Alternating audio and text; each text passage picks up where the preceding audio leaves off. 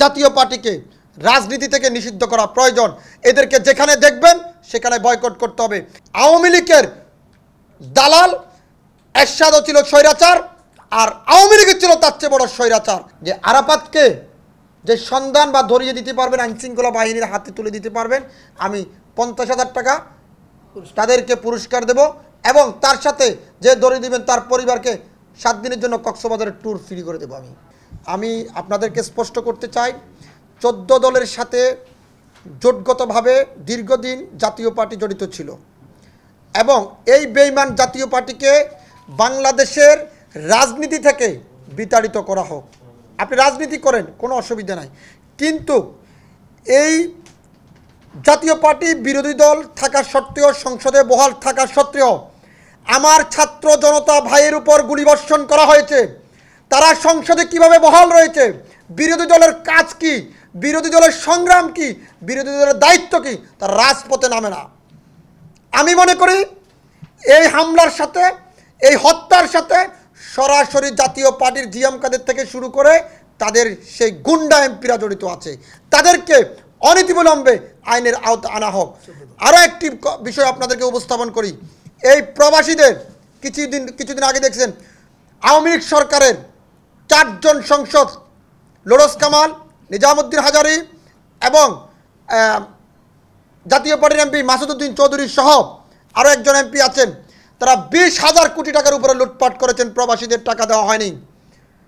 তারা পরে সংবাদ সম্মেলন করে এই টাকা ফেরত দেওয়ার কথা বলেছিলেন, কিন্তু ফেরত দেওয়া হয়নি। আমি আগামী 72 ঘন্টার ভিতরে তাদের গ্রেফতার এবং ওই প্রবাসীদের সকল টাকা আমি ফেরত পরিশোধ করার দাবি করছি সরকারের কাছে। এবং এই জাতীয় পার্টিকে রাজনীতি থেকে নিষিদ্ধ করা প্রয়োজন। এদেরকে যেখানে দেখবেন সেখানে বয়কট করতে হবে।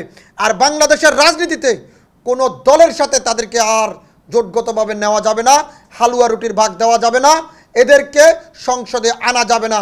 কারণ এটা আওয়ামী লীগের দালাল এরশাদও ছিল স্বৈরাচার, আর আওয়ামী লীগের ছিল তার চেয়ে বড় স্বৈরাচার। আর ওই স্বৈরাচার সাথে স্বৈরাচার জড়িত হয়ে এতগুলো ছাত্রকে হত্যা করেছে, এতগুলো ছাত্র মা বোনের ইজ্জতের উপর তারা হামলা করেছেন। আমি আবারও দাবি জানাচ্ছি জাতীয় পার্টিকে বয়কট করা হোক। আপনারা যে যেখানে আছেন জাতীয় পার্টিকে বয়কট করবেন।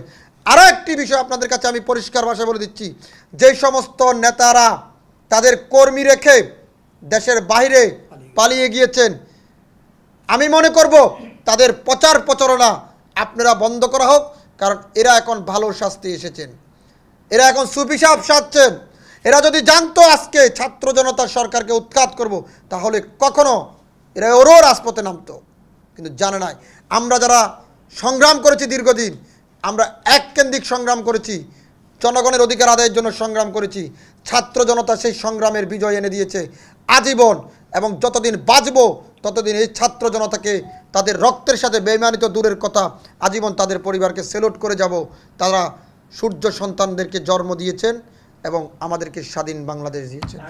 যে আরাফাতকে যে সন্ধান বা ধরিয়ে দিতে পারবেন, আইনশৃঙ্খলা বাহিনীর হাতে তুলে দিতে পারবেন, আমি 50,000 টাকা তাদেরকে পুরস্কার দেব, এবং তার সাথে যে ধরিয়ে দিবেন তার পরিবারকে 7 দিনের জন্য কক্সবাজারের ট্যুর ফ্রি করে দেব।